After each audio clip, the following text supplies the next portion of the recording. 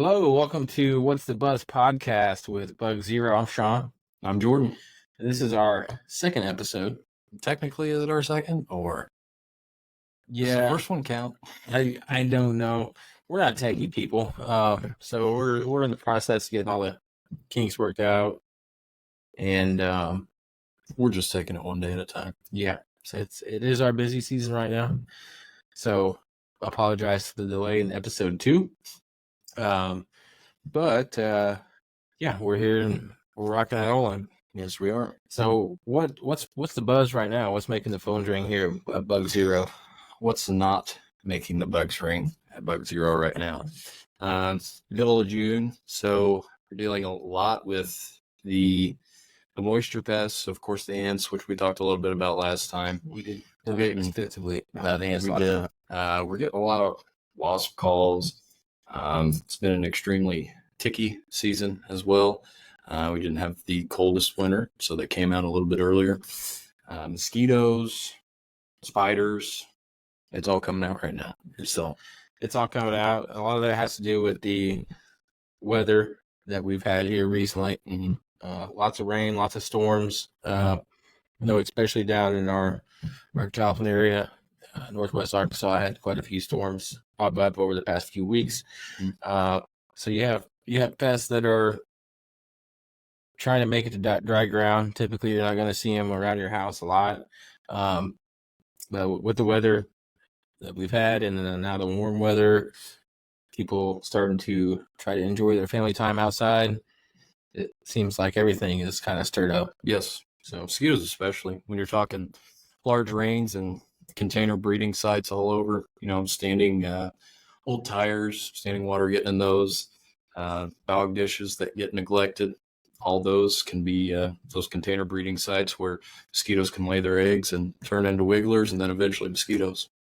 That's our preventative and sexual residential program. We do have a plus mosquito tick option for those customers. Yes. Let's talk about some of the pros and cons to some of those services as well. There's cons.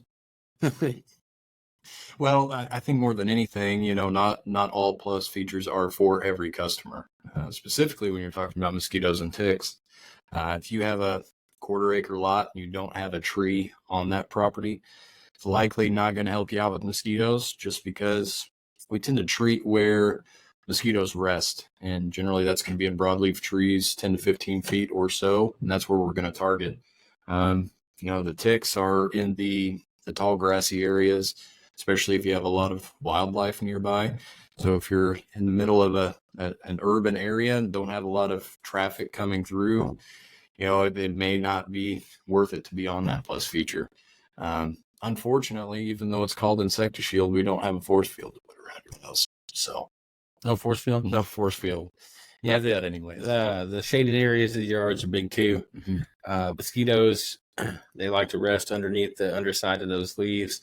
That's why I always like to inspect people's properties that want to add plus mosquito tick to make sure we're not selling them something in a service that's not going to be beneficial to them, especially if you live in a subdivision where you might keep your yard nice and clean, trimmed down, no standing water, but your neighbor three doors down might have a train wreck, right? So exact opposite. Now, that's not to say, if you do live in a subdivision with an HOA and a large pond, we've got options for, large bodies of water as well, as far as, larvicides, that sort of thing. But it's getting in contact with the right people to make sure you benefit from that as well. So that kind of leads into our home tips for our clients and listeners here too. Yeah. Door seals are really big right now. Keeping your lawn mowed down, vegetation trimmed. I know I'm not the greatest at it. I do have kids to do that probably at home, but it does go a long way. And I know a lot of us live busy lives with kids' sports schedules or get multiple kids moved around, and they might not be home. Baseball families play travel baseball. They're not home on the weekends to mow. But that vegetation does go a long way. Yeah, and when you're talking, shrubs around the house, if that's touching a window seal or something, and you've got a bad seal in that area, it's basically a highway for whatever to get in. And when we're dealing right now with a lot of the moisture pests, springtails, you deal with clover mites. Bad seals can lead to a lot of pest zero. So yes, spiders. Love. This time of year, we're seeing a lot of ground recluse coming in the living space. Just this time of year, they're moving down from the attic. They're trying to get out of the heat. that's another thing to talk about too. We're kind of in the center of where ground recluse like to be. Oh yeah, and it's not whether your house has them; it's how many your house has. So you're gonna occasionally see a brown. I would say every structure in Southwest Missouri has at least one of them. absolutely. But right now is the time you're gonna see them. Even if you don't have that infestation, they're gonna start popping out. Attic space gets pretty hot, and when they get in large numbers, they'll start making their way down. Yeah. So Absolutely. but beyond that too, not just brown recluse, but we've got a lot of not a lot of hunting spiders, but if you're talking wolf spiders, they'll follow prey into the home. And you're dealing with cellar spiders, they're just kind of naturally there. But it's the spider season right now, and what we're preparing for. August gets even worse, but we're already treating for those spiders right now. Right in the fall is when the brown recluse reproduce, molt, and so they're moving around looking for the next mate. So from here through fall, we'll see more brown recluse sightings in places that you typically wouldn't. That's where they get their name from. They're recluse. They don't like to be around people. Yep. And so right now they're getting out of the heat, and then they're going to be trying to. And typically the ones you'll see are the male spiders, and they're after the female spiders, just like the bars. It just like the real world. That's right.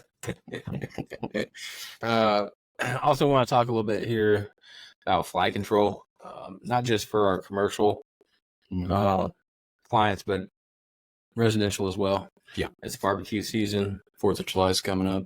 Right.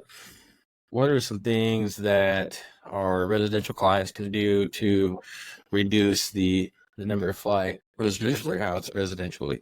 Yeah, so flies are basically attracted to filth when we're talking house flies and the like. So if you got a dog, pick up their poo, relocate it. But then also, obviously, 4th of July, we're getting ready for all the barbecue parties we're going to have. Right. So all of that gelatinous nastiness is what they're after. So move that as far away from open doorways and windows as possible. Screens are great. Helps minimize some of those coming in. Anything to add? Commercially, the big thing is keeping the doors shut. Obviously the rear kitchen doors. I know it's easy for delivery drivers to prop the door open, unload the trucks, and then shut the door. During fly season, I would even recommend holding the door open for 5 seconds. No, it's quick. They follow air, currents, so they're in that 3 to 6 foot range. They're going to fly right in your back door. So I don't feel that cool air. Right to work. Our commercial clients do get fly control monthly during fly season. We treat around the resting areas, around doors and windows, exterior trash bins, dumpsters with the liquid app and fly spot bait as well. But like he said earlier, we don't have a force field, and we got to do, everybody's got to play their part in fly control. Yep, sanitation's huge. That grease trail that can come from dirty trash, even homes, if you leak a little bit of sour milk as you're going to the trash can, that could potentially be something that flies could be after. So I always get on to everybody at my house because they just set the trash outside in the garage and wait for me to get home to take it out. Sorry to hear that, buddy. That we don't have a local business to highlight this week. Next episode we will. So we just kind of want to get in front of everybody and talk about bugs and stuff that you can do around the house to help prevent it. But a little bit about what I do every day, since some people ask me that all the time. What do you do all day? You just driving around all day. My current role is commercial sales consultant. So what I do every day varies for the most part. I do drive a lot. Sometimes 4,000 miles a month. Yeah. Just depending. So in my territory, I'm responsible for going to different chamber events. Springfield Hotel and Lodging Association luncheons, whatever other clubs we're a part of. The main focus of my job is to build relationships and create more opportunities for Bug Zero. Yep. As far as growth, and that's really what it's about is establishing, maintaining, and growing relationships. So I spend a lot of time at networking meetings and chamber meetings, chamber events, ribbon cuttings. Mm-hmm. I try not to do a lot of cold calling if I don't have to. Sometimes I do. Yeah. That's something that kind of sets us apart, I feel. There's not a lot of pest control companies that are as involved in the community as we are. And it pays off. Usually, we're not a high-pressure sales organization. Mm-hmm. We sell by education more than anything. So going door to door is not exactly our forte and probably would work well for us.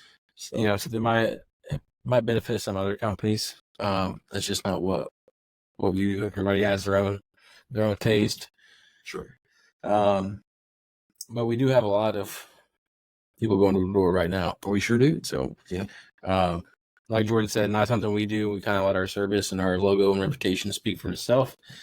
So just try to address any issues any customer. Yeah. We never compete on price. We don't try to. We're trying to be the best service anyone's had rather than nickel and dime. So that's our big focus.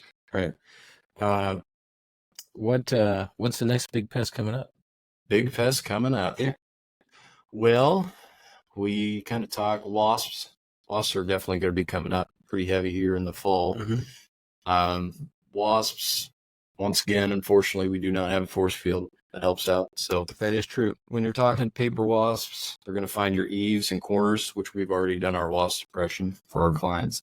So if you're not on service, expect to see in the coming months some wasps start to build nests.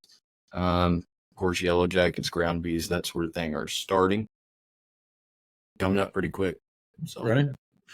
Well, that's all we got for you guys today. We'll have a little bit longer episode next week and have a local business to highlight. If you guys got any questions, email to me at sales@bugzero.com or visit our What's the Buzz Facebook page and ask questions on there. We'll be more than happy to answer any questions from you guys out there. You got anything else to add today? No. Thanks, guys. Creepy crawlers invading your home? Bug Zero. Spiders, ants, and flies? Oh my. Bug Zero. Bed bugs and mosquitoes leave you itchy for help? Bug Zero. Whether it's bugs in your home or bugs eating your home, Bug Zero has you protected. With both residential and commercial services, Bug Zero's comprehensive pest protection takes you from infestation to extermination.